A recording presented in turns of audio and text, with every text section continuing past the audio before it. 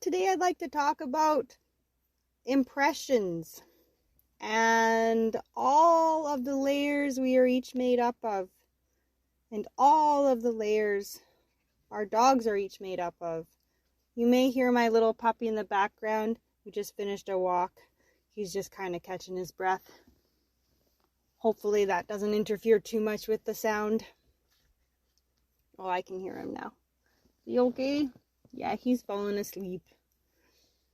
I have such a laid back, calm puppy. Oh my goodness, I'm like so grateful for him. I'll just throw that in there. He's gonna be absolutely amazing. So far I don't see any submissiveness or dominance, just easygoing, confident little puppy. And I'm gonna do everything I can to ensure that continues. Okay, so we go about our lives, we go out into the world, we meet people, we have brief, short little conversations, either with your dogs, without your dogs, variety of life's interactions, and we judge people. Whether we're judging good or bad, there's always a judgment. Not all judgments are bad, but there's a judgment, there's an impression of this person. We see some people as weak, we see others as strong, we see some as really confident, and we may see another as insecure. We see dominant and submissive personalities, and that's what I'm talking about when I use those terms. We see the go-getters. We see those that just let the world go by. These are some of the judgments or impressions we may see as we go about our days of one another. People see it of us, we see it of others. And there's brief little encounters with people we don't know. Well, we think about ourselves, we think of all our layers. Well, they have just as many layers. We think of how we interact in the world. Sometimes I come across as very confident, and other times, unfortunately, my anxiety comes through. And if someone's just seen me, the anxious side of me, versus someone who's seen the confident side of me, their impression, their judgment of me is going to be completely different. Some people see me when I'm on fire. Others see me when I'm more sensitive. Again, two different sides of the same coin. It's still me, but I have layers. You have layers. So why is it when we know that we have so many layers that we pass these judgments?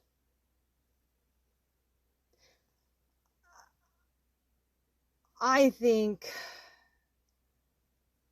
don't believe any of us are all good or all bad. I don't believe any of us are all strength or all weakness, all confident, all insecure. There's so many facets of who we each are, and so many things which contribute to who we are. From our parents, from our upbringings, from our childhood, from our school experiences, from our work experiences, and how we've processed the world.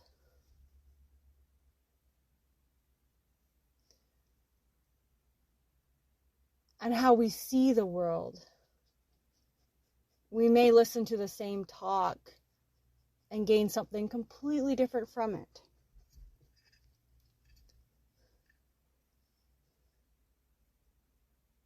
And that is one of the reasons why I'm such an advocate for learning from one another.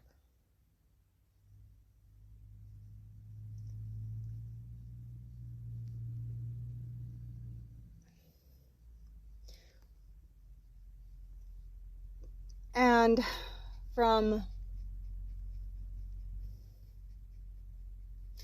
striving to understand one another. Although, in saying that, I've run into a lot of people who don't want to be understood. But for me, understanding, trying to understand where another person might be coming from, that for me is compassion.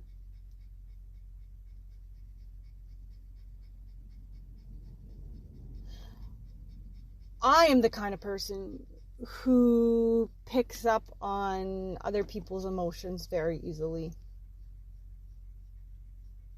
This might be one of the reasons I'm excellent with the dogs. I connect with them very easily. I read them very easily.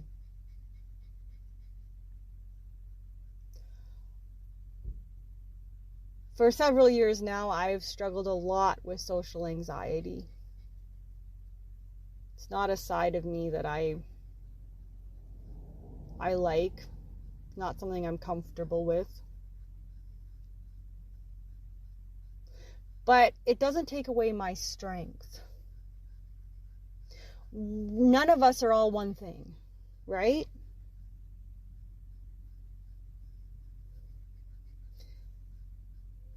Neither are our dogs. My Nala, I'm sure people are sick and tired of hearing about Nala, but she's the dog that's taught me the most. Sorry for the vehicle just went by. But Nala is an incredible dog. She's incredible.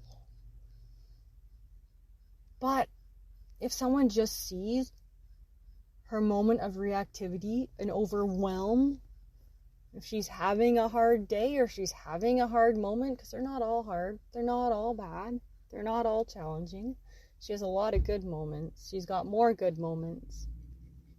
But it's the challenging ones, it's the ones where she's struggling, where I learn the most from her, and where I can help my clients and their dogs the most because of what she's taught me and continues to teach me.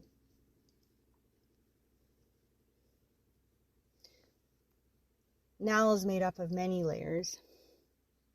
She's made up of genetics. She's hypervigilant. That's genetic. She's always been like that. She gets worked up very easily. Although she's night and day from where we started, she still struggles a little bit. I have to maintain her reactivity training. And we dove back into that this last week, or maybe a couple weeks. I guess it's been a couple weeks now. So her focus is coming back. Her calm is coming back. Her ease around dogs on leash is coming back because I dropped the ball on that for a couple months. We have to be consistent with them, okay? And that's another thing. You got to be consistent with your dogs. If you have a reactive dog or a dog that's prone to reactivity, you got to keep it up. And if you drop the ball, like we all do, life happens, right? Then you get back on track. Okay? There are things that Nala can do and aspects of Nala that are really, really special. She's actually a really brave dog, minus the leash reactivity. Minus the I feel trapped and I can't go anywhere moments. Deer in the headlights. It's funny because we can walk down the road and she can see all these horses like up really close and she's like fine. She's great.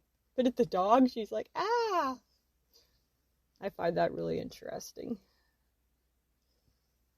So Nala's got different layers. Your dogs have different layers. They're not all good. They're not all bad. Our new puppy, he's got so many amazing qualities. Oh my goodness. He's very, very nippy though. I know all puppies are nippy. He's just nippier than most, I would say. So that would be a negative, right? You work with it. You redirect him. He redirects pretty easily though. He's not housebreaking as easily as Nala. That's a negative. She was a dream. But he's still housebreaking. He self-regulates on his own. Not all dogs do that. My Missy did that too. You can't rely on that. You may have a dog that will. That's great. You may have a dog that really struggles with the self-regulation, and even if they're crate trained, they may still struggle. It's helping them to self-regulate and to learn to self-regulate and to learn to make those choices to self-regulate. So you're walking down the street, maybe you have like a really calm dog, I don't know, maybe you have a more reactive dog, maybe you're working on it. You're working with your dogs. If you have a reactive dog, I'm sure you've faced judgment. It's not a comfortable situation, that's for sure, especially if you're working with them, right? Like you're working with them to get them past that. There's these assumptions that you've done something wrong, right? There's an assumption that I did something wrong with Nala. Well, trust me, I have broken it down and pulled my hair out. Like, what did I do wrong? Well, when it all comes down to it, she's always been reactive. That's not me, right? I didn't cause that. Since the day we brought her home, she's been reactive. I guess I discovered it the first week, but you get the idea. She's always been very sensitive. That's not new. She's also been really brave in other areas, like fearless in some areas. It's a funny, seems like a bit of a contradiction, doesn't it? But that's Nala. Those are her layers, right? In some ways, she's extremely focused. In other ways, she really lacks focus. I guess when you think of focus, it's interesting because they're always focused. But what are they focused on? What are those hypervigilant dogs focused on? Are they focused on you? Looking at you to be their safe place? Or are they focused on everything that's going on around them? Well, the goal is to help them calm down, redirect them to you, so that because like that vigilance is a gift if you direct it right. I think it's a gift. Those dogs can train like a dream. They can work with you like a dream. They're usually motivated by many things.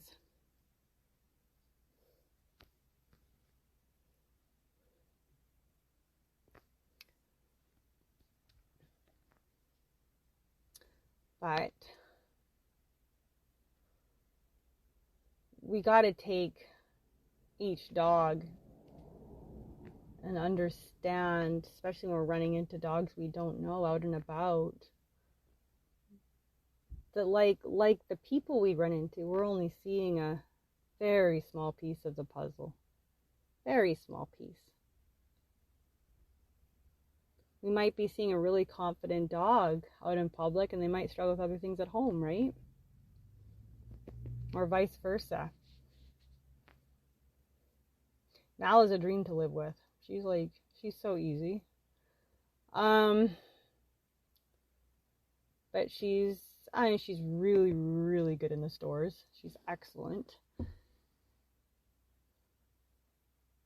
But she does struggle with some of those strange dogs that she doesn't know. So I just challenge you to look at the whole picture. I mean, honestly, you're probably not going to see a whole picture, but just understand there is a bigger picture, right? Be compassionate for the reactive dogs. Be compassionate for the people you meet, and you have an impression right? That's not the whole person. That's not the whole dog. That's a glimpse. It's a glimpse in time. It's a snapshot. It's a picture. It's a quick picture of that moment. Not every moment in the day. Not every moment in the week, the month, the year. So if, depends on the interactions, of course, and the situations.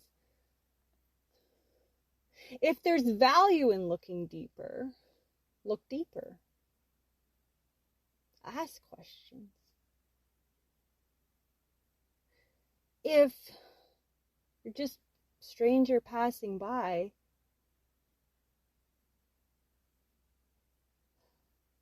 there isn't a reason. You're just passing, right? You're passing with your opinions, your experiences, etc., etc. They're passing with their experiences, who they are, what they've learned, etc., etc. Different things have built you. You're made of different things. So either learn from each other or keep on moving.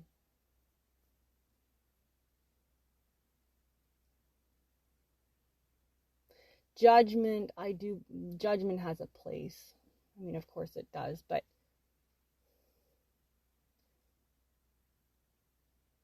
don't judge the people per se, judge what you believe, if that makes sense. So like, I don't believe in prong collars. Okay, I don't believe in prong collars.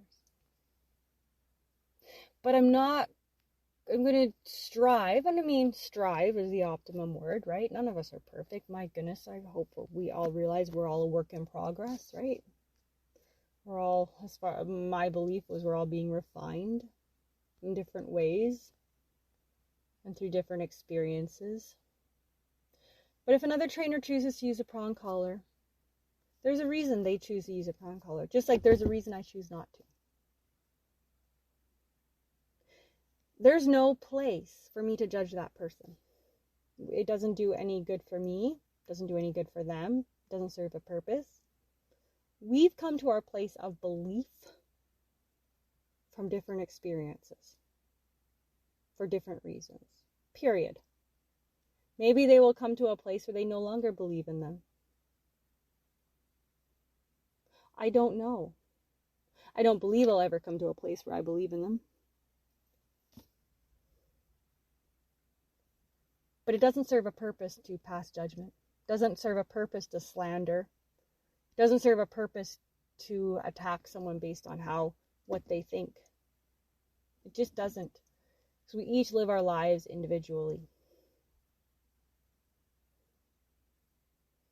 I choose what affects me. They choose what affects them.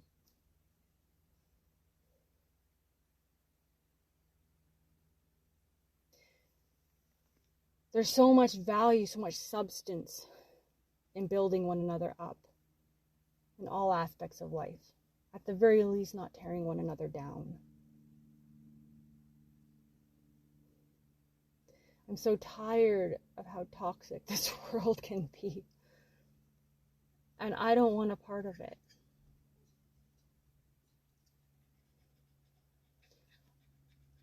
I am the kind of person who sticks to myself quite a bit, and that's probably why. If something's really going to affect me, and not in a good way, I keep to myself a lot because of that. And I let in, to the best of my ability, the good things. And I strive not to let in the toxic things. We're all a work in progress, just like our dogs. Let's help, not hurt. Let's support, not tear down.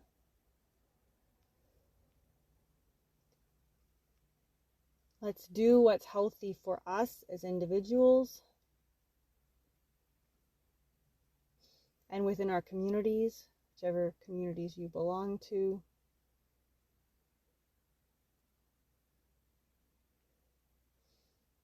And let's try to show some more compassion.